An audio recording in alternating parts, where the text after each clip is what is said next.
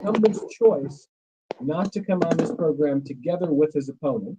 That was not your choice, Marcus. I did desperately try to get on here with him, but he continued to refuse. So here we are. We've had to divide the hour, and it's nice to have Marcus with us. You can hear the conversation with his opponent and come into the mix by visiting our website, wxxinews.org/connection. You can also read more about this race in WXXI Election Guide, which is really filled with great information at WXXInews.org.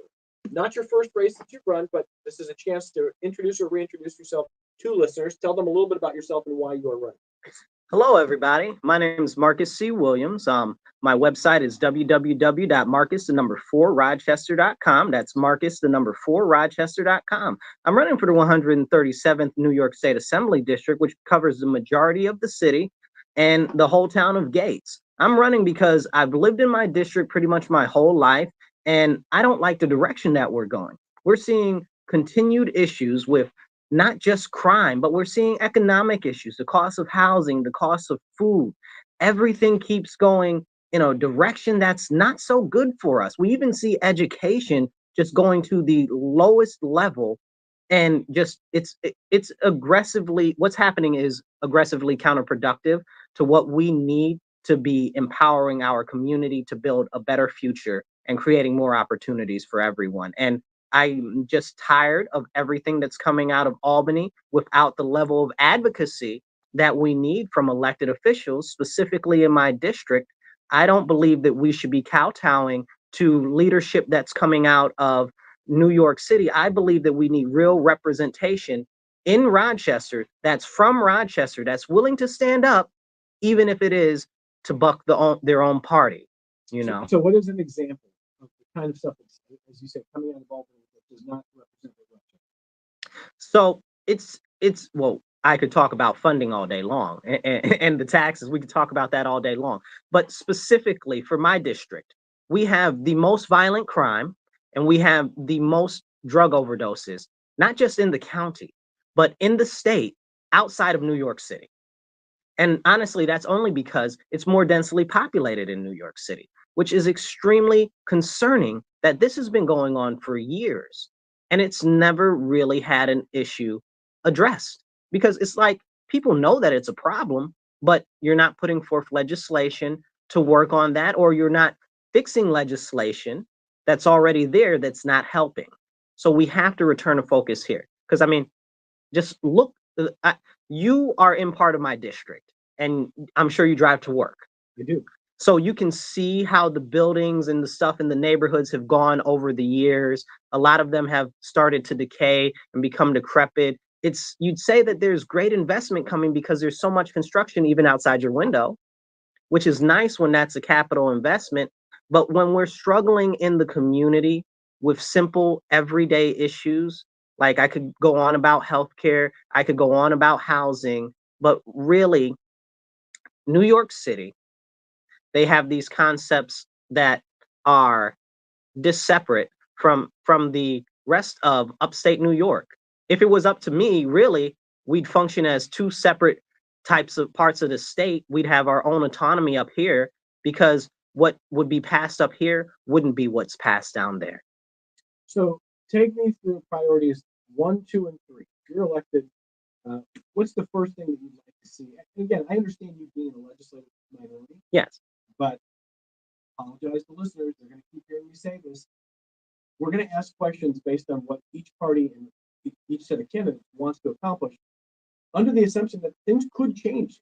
It feels like this is a blue state and sort of entrenched. But California voted for Jimmy Carter and voted for the Republican in 1976. Texas voted for Jimmy Carter in 1976. It wasn't that long ago, but the map was totally different. So it could change. And if you are in with a legislative majority, you can get a lot done.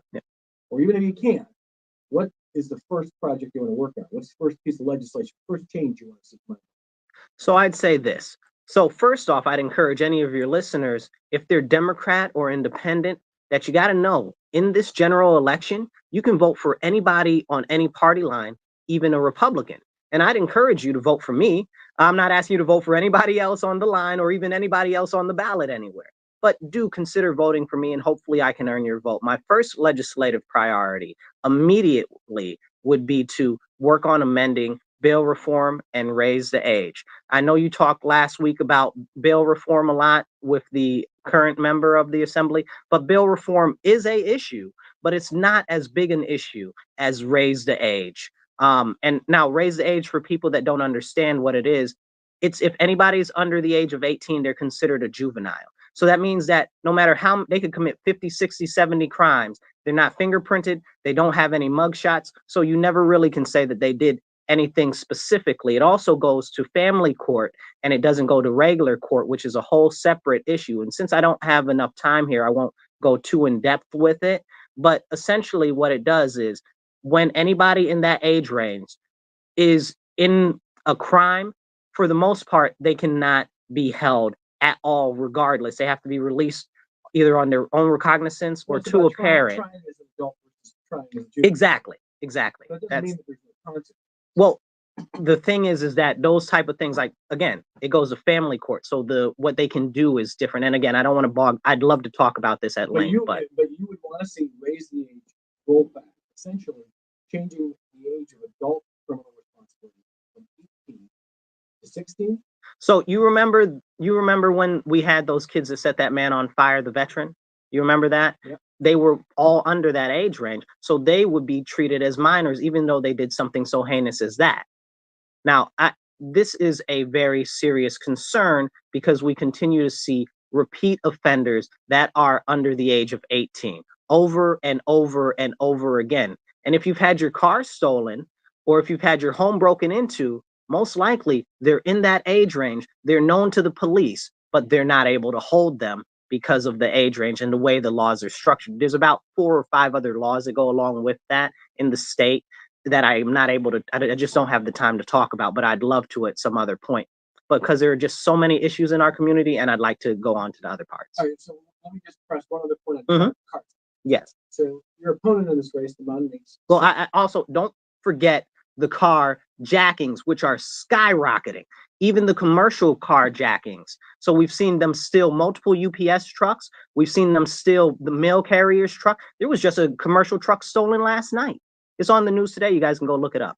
I want to ask about the approach that has been taken over the school. Yes. Where you are. So your opponent in the race talked about the conversion program. That's the county. That's not the state. That's got nothing to do with him. It should not be talked about when we're talking about state level priorities. It's a great program. Don't get it twisted. They don't have the resources that they need. That's another issue for Jed. But can the state come through with more resources? Well, see, but that's not the conversation. They can, yes. And I do believe that there should be some budgetary funding allocated for that program. I do think that the program is a step in the right direction. I really do. But they just don't have, so they're like, he said last week, there's like 1% recidivism rate, but they don't have hardly that many people in there, and they don't actually keep a close enough eye on them because they don't have, You don't get the data? No, I think the data is segmented and parsed out in a way in which it is falsely representative of the truth. So it doesn't mean that the data isn't the data. When you cherry pick data, that's what you end up getting. Because I know for a fact, I've gone to the different, what do you call them, forums and stuff like that with the people that are very pro all of this criminal justice reform, if that's what we're going to call it. I got other thoughts on what it should actually be called. Okay. But they support these things, and I ask questions because I want to know. I don't know everything. And I want to see somebody else's point of view, especially if it might be something different than my own. So I asked them, and they said, well, they really can't access all of the people that would need these services. So they've got a drop in the bucket of the number of offenders that are actually out here committing the crimes. So, and that is a problem. So what is another solution to the crimes? It sounds to me like you want to roll back bail. Amend, not roll back. I didn't say that. Okay, so amend bail. Yes. Do you want more discretion for judges? So here's the issue with the judges issue. And I don't want to stay on this whole thing for a long time because we only have a limited time, and I could talk all day about it. With the discretion for the judges, the issues is that the judges can only do up to the letter of the law. And I need you guys to understand that if you're listening, they can only do up to the letter of the law, which means that if the law says that you release the people, you release the people. If the law says that you hold the people, then you hold the people. So if you have an issue with judges releasing people, then the law needs to say that it needs to hold people. And whatever the course is that they decide on whether what part of the law should be adjusted for that is something separate. I don't think the judicial discretion is the whole issue. Yes, I believe there should be judicial discretion. Should there be more? Yes, I do think they should also be able to consider more things. Again, this is a very long conversation. But at the end of the day, what a lot of people that are in the it's hard to say because judges are elected too, and that's a whole nother very serious issue that we need to have a conversation around. What happens when you are part of a party that will definitely say, oh, well, if you're bucking the party, we'll run somebody against you or we'll make your life hard because of that. So what I've heard a lot of people saying that they want that are in those type of positions are they want mandatory minimums. I'm not a mandatory minimum person, but it's not that they want mandatory minimums.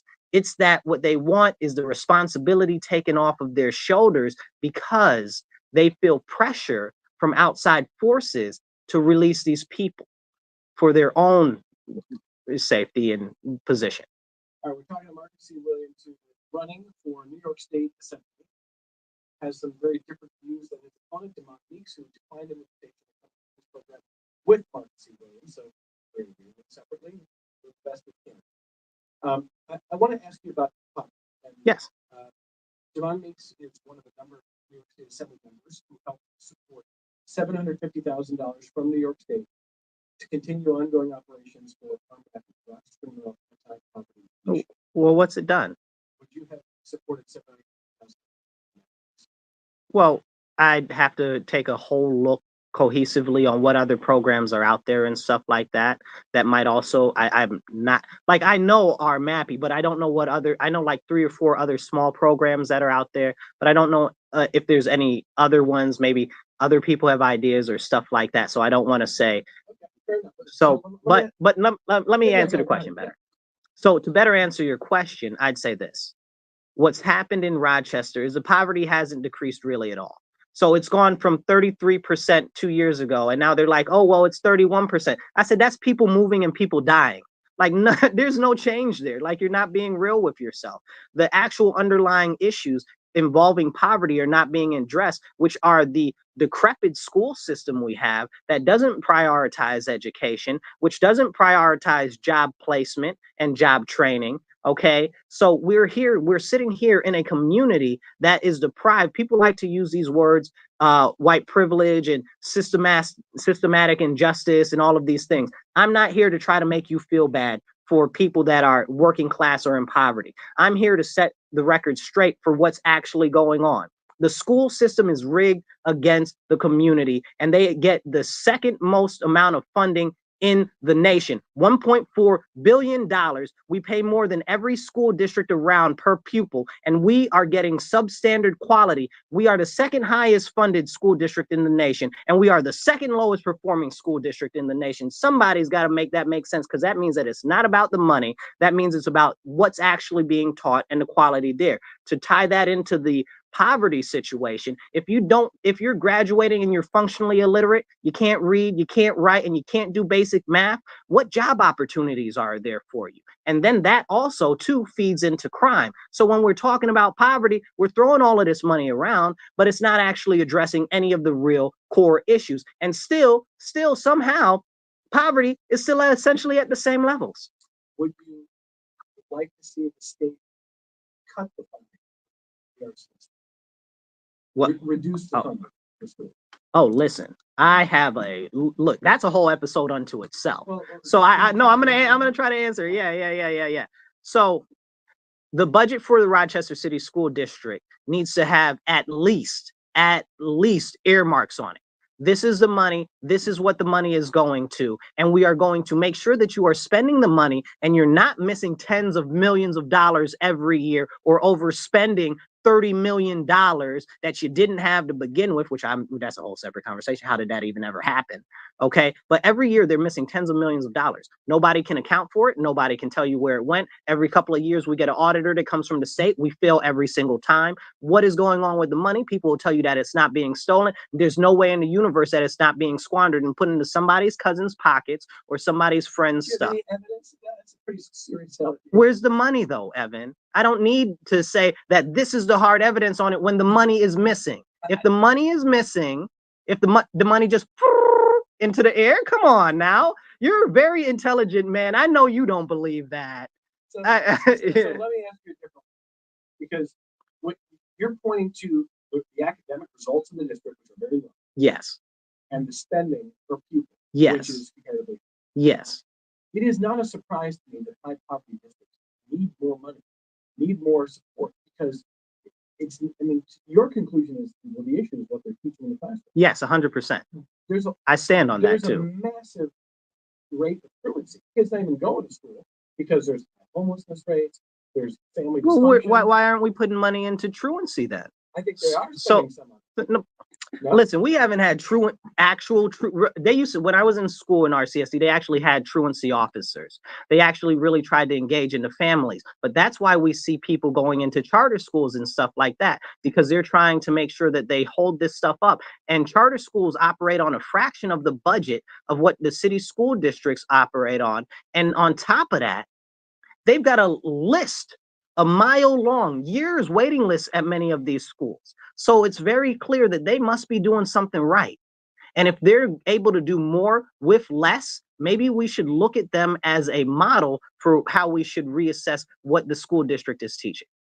Do you support penalizing parents when kids are showing up? I think the parents should be notified. I think they should be encouraged to participate, but also, like, I don't approve of parents being held to put in jail for a crime that the kid committed. I don't approve of the parents being put in jail for the kid being truant. That's a thing that they're doing themselves. And unfortunately, many parents don't know, but more so worse, with the crime and stuff specifically, I know parents have called me crying in tears. My child is out of control and nothing can be done. The police won't take them. The juvenile system won't do anything for them. And I'm stuck and they're destroying everything and they're decaying my life and nothing can be done. So a lot of times there are great parents, really good parents that care, that get caught up in this because the child, who is an individual, okay, like, they can make their own decisions for themselves, and they do, oftentimes against the parents' decision. But that doesn't mean that there aren't parents that are at fault here, that are just letting their kids run amok, or are just that type of a parent that encourage that behavior. So the expenditure number you use for RCSD, 1.4 billion? Approximately 1.4 billion between the state funding and the funding that comes from the city. I don't have a specific number on it, but I do believe that it is far too much for the results that we are getting. We are paying far more to get far less, and that doesn't make any sense. Well, let me ask you a question, Evan, and let me pose this to the audience and the listeners. Every year we have less students, more than ever.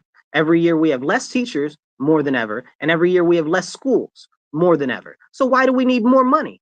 More than ever. That doesn't sound equivalent.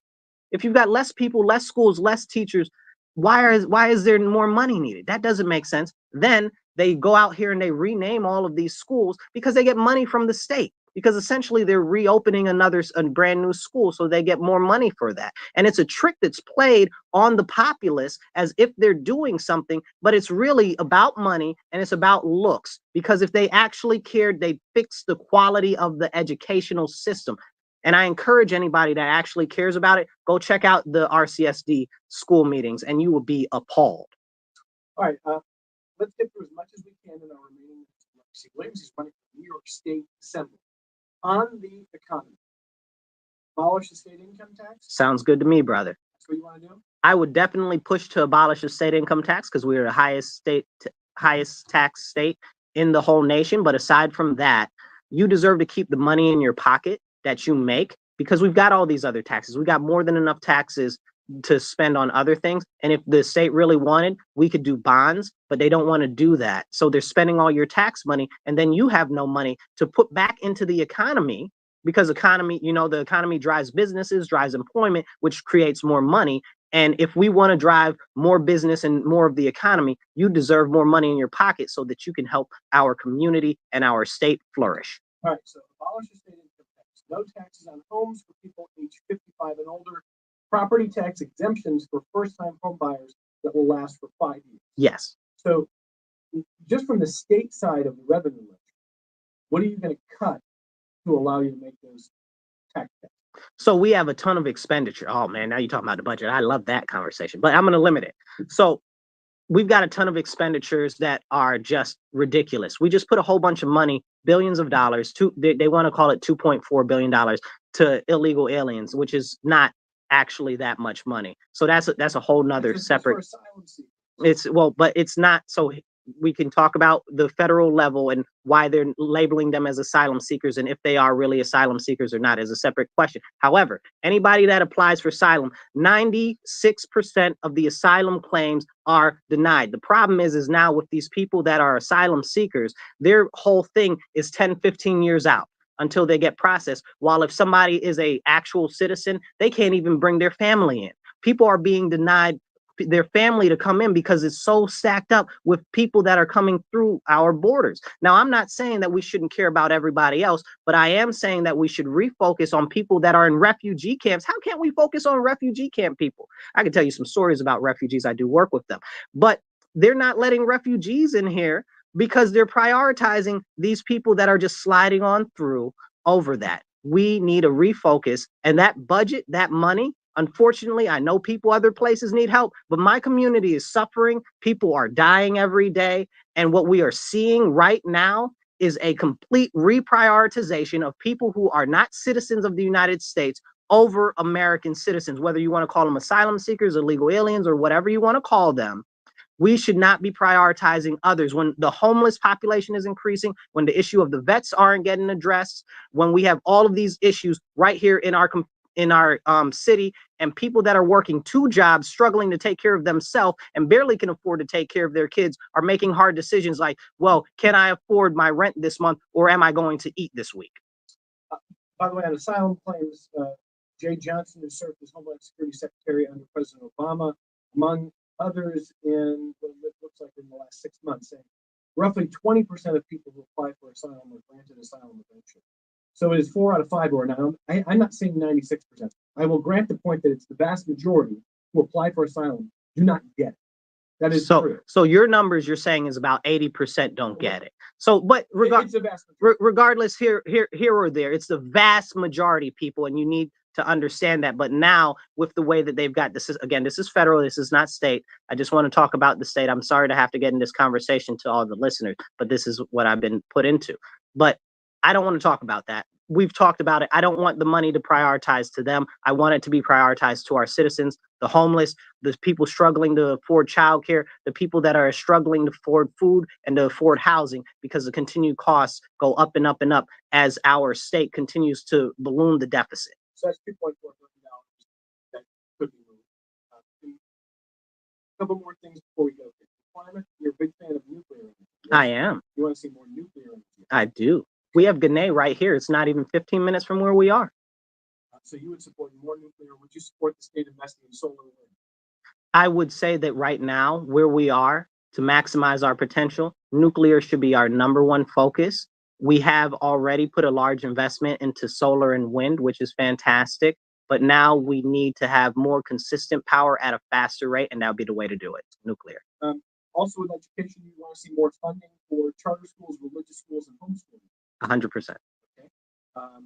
And when it comes to housing, you say that you want to expand home ownership opportunities. Briefly, how do you do that? So expanding homeowner opportunities, like I said, with the tax deferral, or however you want to say it, the no taxes for 5 years on the home ownership, that helps homeowners, first-time home buyers. But I'd also like to see programs put in place. I'm not a big programs person. I'm more of a cut your taxes person and allow the everything else to work out, because the market can control itself. But I would like to see more programs for focused access to capital for people who are coming out of school that are having jobs, that are working, or people that are already have a long work history that need housing.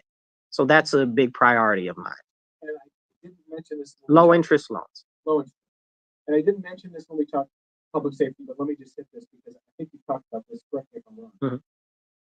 You think that we need to be much tougher on people who are selling? Oh, 100%. And What's that look? I'd also, well, so one, we have our drug trafficking issue is crazy. Why do we have so much law enforcement, the ATF, the DEA, the this, the that? I could name about 15 other agencies, and all of these guns and drugs are coming continuously into our community. It seems like there's some sort of a neglect there, since there are more guns and drugs out here now more than ever. Now, what does it look like? I think there should be harsher sentences on drug traffickers, on child traffickers, and on people that are selling drugs, especially the hard drugs out here in our community. We also have a problem with even the marijuana being laced, or the marijuana being throwaways that didn't pass quality tests that are now being sold that are impacting our community. You want the death penalty for people? We don't have the death penalty in New York I State. know. You want to change it? So there's no way to change the death penalty in New York State. I think So- we've learned in this country. Okay, a well, lot of things that you don't may- think could change, maybe they change. maybe it could change, right? But I mean, if we have somebody that's cognitively selling rancid drugs or drugs that are killing people, like you see the people strung out, like literally bent over backwards on the street. I don't know, many people of your listeners might not have seen that, but I see it in my community all the time. Or with flesh eaten by drugs, like that's something serious that maybe the citizens should have the option to vote on. If they decided they want it, I'd be like, okay. If they decided they don't want it, I'd be like, okay, because I'm not representing my own point of view. My job is to represent the citizens and the collective makeup of my district. Well, thank you for coming and tell people the website. Check me out, www.marcus4rochester.com. That's Marcus4rochester.com. And definitely in November, whether you're Democrat or independent, you can vote Republican. And I give you this consideration. Consider voting for Marcus C. Williams for 137th New York State Assembly. Thank you. You still chairing the city of Rochester Republican? I am still the chairman. I just got reelected the chairman of the Rochester City Committee. We're doing good work in the city to try to make a big difference. On this podcast. Yes, indeed. Thank you very much. That's Marcus C. Williams. Let's take a short break. Welcome, Orlando.